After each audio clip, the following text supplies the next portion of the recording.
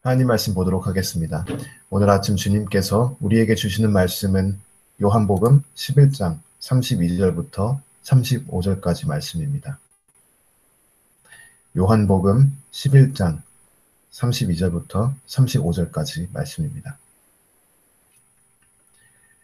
다 찾으셨으면 우리 한 목소리로 봉독하겠습니다. 마리아가 예수 계신 곳에 와서 보이고 그 발 앞에 엎드려 가로되 주께서 여기 계셨더라면 내 오라비가 죽지 아니하였겠나이다 하더라. 예수께서 그의 우는 것과 또 함께 온 유대인들의 우는 것을 보시고 심령에 통분히 여기시고 민망히 여기사 가라사대 그를 어디 두었느냐 가로되 주여 와서 보옵소서 하니 예수께서 눈물을 흘리시더라. 아멘. 오늘 아침 요한복음 11장 32절부터 35절까지 말씀으로 우리를 이해하시는 예수님이라는 제목으로 오늘 하나님 말씀을 선포하도록 하겠습니다. 여러분 다 잘 아시는 이야기입니다. 예수님께서 이제 나사로를 만나러 베다니로 가셨는데, 근데 이제 이 이야기를 좀 더 잘 이해하려면 배경을 조금 우리가 알아야겠죠. 일단 베단이라는 동네는 작은 동네인데 예루살렘에서 동쪽으로 한 3km 정도 가면 됩니다. 그러니까 뭐 그렇게 멀지는 않아요. 걸어서 충분히 갈 거리고 예수님께서 예루살렘을 이제 방문하실 때면 늘 이렇게 종종 베다니에서 묵고는 하셨습니다. 그곳에 이제 베단이라는 동네에 나사로와 그의 두 자매 마리아와 마르다가 살고 있었습니다. 이 마리아는 누구냐 하면 이제 예수님 앞에서 향유 옥합을 깨워서 예수님 위에 붓고 또 그 머리카락으로 예수님의 발을 닦은 그 마리아입니다. 그 마리아의 형제 나사로가 오늘 이야기의 주인공인데 이제 예수님께서 나사로가 아프다는 소식을 들었습니다. 이제 예수님은 그 당시에 배단이 없었죠. 이제 예수님께서 나사로가 아프고 그가 위독하다는 사실을 듣고 이제 때가 찼을 때에 때가 옳았을 때에 그때 예수님께서 이제 나사로를 만나러 베다니로 향하십니다. 그런데 이제 예수님께서 나사로를 만나러 베다니에 도착했을 때에는 이미 나사로는 죽은 후였습니다. 정확히 얘기하자면 죽은 지 4일이나 된 후였습니다. 그러니까 나흘째 됐을 때 예수님께서 베다니에 도착하셨죠. 그래서 예수님께서 이제 가서 보니까 나사로는 이미 죽어가지고 무덤 속에 두어졌고 예수님께서는 그곳에 도착했을 때 이미 다른 사람들은 나사로가 죽은 것에 대해서 울고 있었습니다. 그래서 이제 예수님께서 나사로의 그 자매 마리아를 찾습니다. 그리고 마리아가 예수님께서 찾는다는 그 얘기를 듣자마자 바로 예수님께 달려갑니다. 달려가서는 그 발 앞에 쓰러져가지고 웁니다. 왜 늦게 오셨냐고 속상해하면서 웁니다. 예수님께서 조금이라도 일찍 오셨으면 내 동생이 동생인지 형인지 오빠인지 모르겠어요. 영어 또는 헬라어에는 이 형, 오빠, 그리고 동생 이 구별이 안 돼 있기 때문에 형제, 내 형제였던 나사로가 죽지 않았을 텐데 예수님께서 더 조금만 더 일찍 왔으면 우리 그 오라버니 또는 동생이 죽지 않았을 텐데 이렇게 하면서 예수님 앞에 쓰러져 가지고 옵니다. 마리아가. 예수님께서는 그렇게 자기 발 앞에 쓰러져 가지고 통곡을 하는 마리아를 보고 또 마리아와 함께 나사로의 죽음을 슬퍼하는 사람들을 주변 사람들을 보면서 예수님께서 동일하게 같이 속상해하셨습니다. 그리고 마침내 예수님께서도 우셨습니다.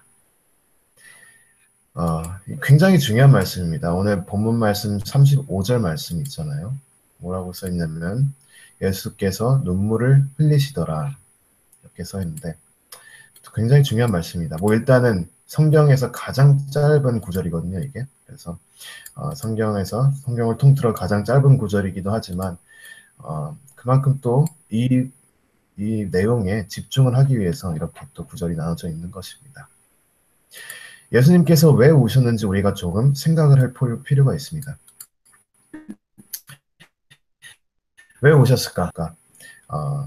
우리가 흔히 누군가가 우리 곁을 떠났을 때 우리가 우는 이유는 뭐 뭐 별거 없죠. 그냥 그 우리 곁을 떠나간 그 사람이 더 이상 우리와 함께 할 수 없고, 이제 우리는 그와 더 이상 뭐 시간을 보낼 수도 없고, 추억을 만들 수도 없고, 또 보고 싶을 때, 그리울 때 만나서 이야기도 할 수 없다는 그 사실이, 그러니까 죽음이라는 넘을 수 없는 벽이 생겼다는 그 현실이 우리에게는 굉장히 슬픈 현실로 다가옵니다.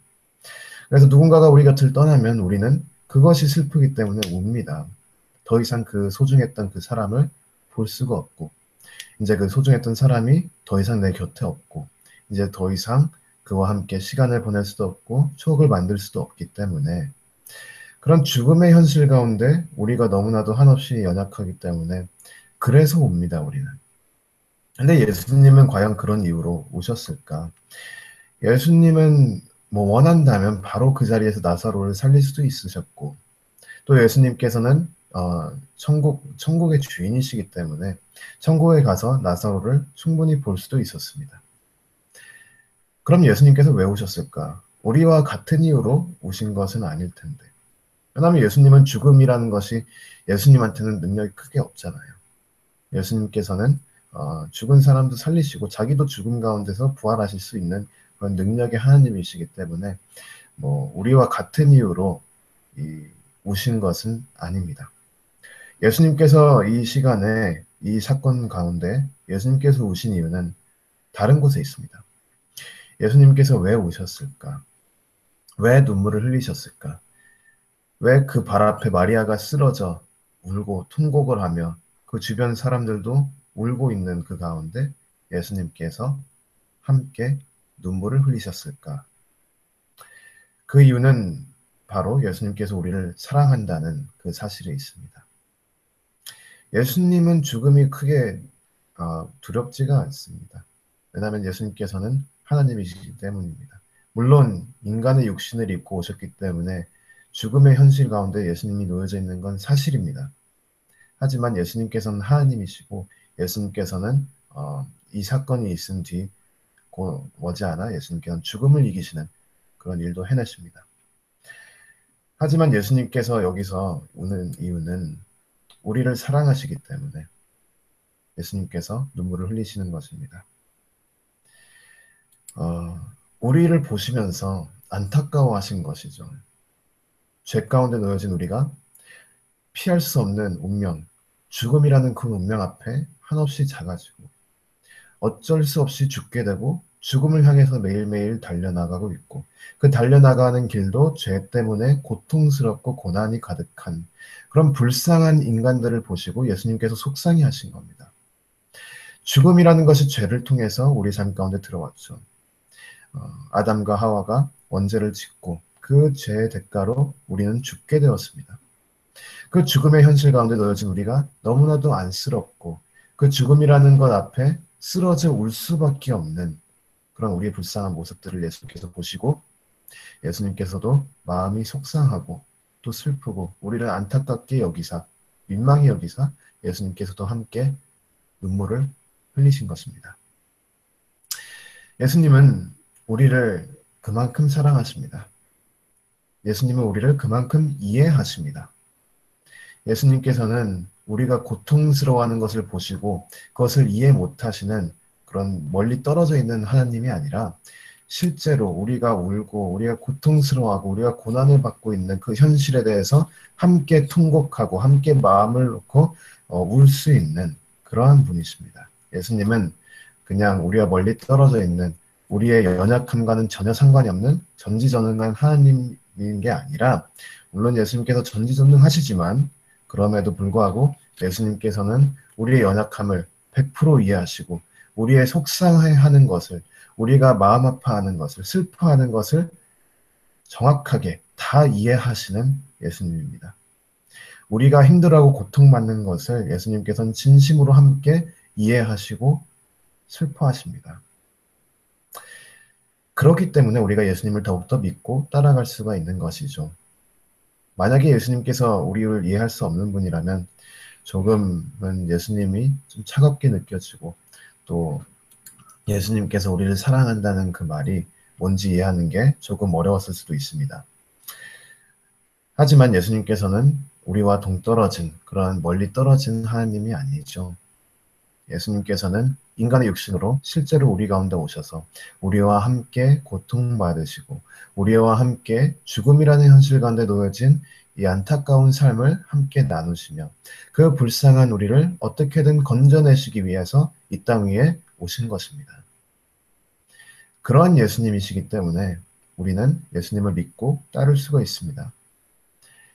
바로 우리를 위해서 우리가 속상해하는 것을 보시고 우리가 슬퍼하는 것을 보시고 우리가 괴롭고 고통받는 것을 보시며 울 수 있는 하나님이시기 때문에 눈물을 흘릴 수 있는 하나님이시기 때문에 우리가 더욱더 믿고 따를 수 있는 것입니다.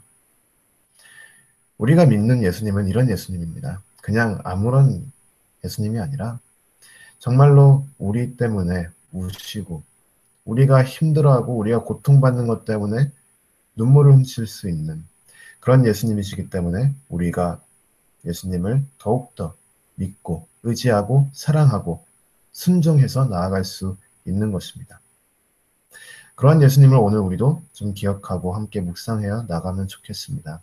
우리가 이 하루를 살아갈 때 오늘 하루뿐만이 아니라 날마다 우리가 살아갈 때 우리가 이 세상 살아가는 것은 혼자 가고 얼마나 힘들고 외롭고 고독하고 고통스럽습니까?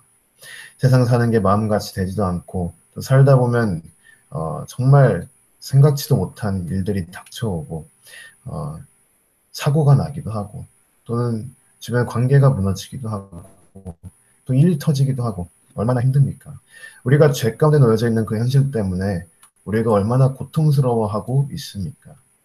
타인의 그런 악한 모습에 우리도 영향을 받아서 우리가 상처받기도 하고 또는 우리의 자신의 악한 모습 때문에 타인에게 상처를 주기도 하고 이것이 우리가 놓여진 현실인데 이것만 우리가 보고 있으면 우리는 소망이 없죠. 하지만 예수님께서는 이 현실을 보시고 눈물을 흘리시는 예수님입니다. 그게 무슨 얘기냐? 이것을 그냥 보고 계시진 않는다는 말씀입니다.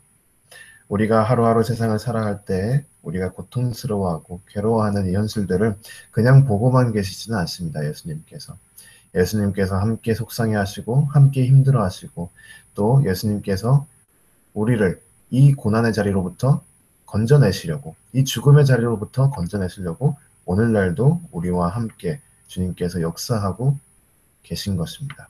그렇기 때문에 우리는 소망을 가질 수 있고 우리가 예수님 믿으면서 비록 답이 안 보이는 현실이지만 현실이라는 세상은 어둡고 회색빛이지만 그래도 예수님이 계시기 때문에 그 어둡고 회색빛이고 밖이 안 보이고 답이 안 보이는 이 현실 가운데서 예수님께서 눈물을 흘리시는 그런 분이시기 때문에 우리는 예수님을 믿고 오늘 하루도 나아갈 수 있는 것입니다.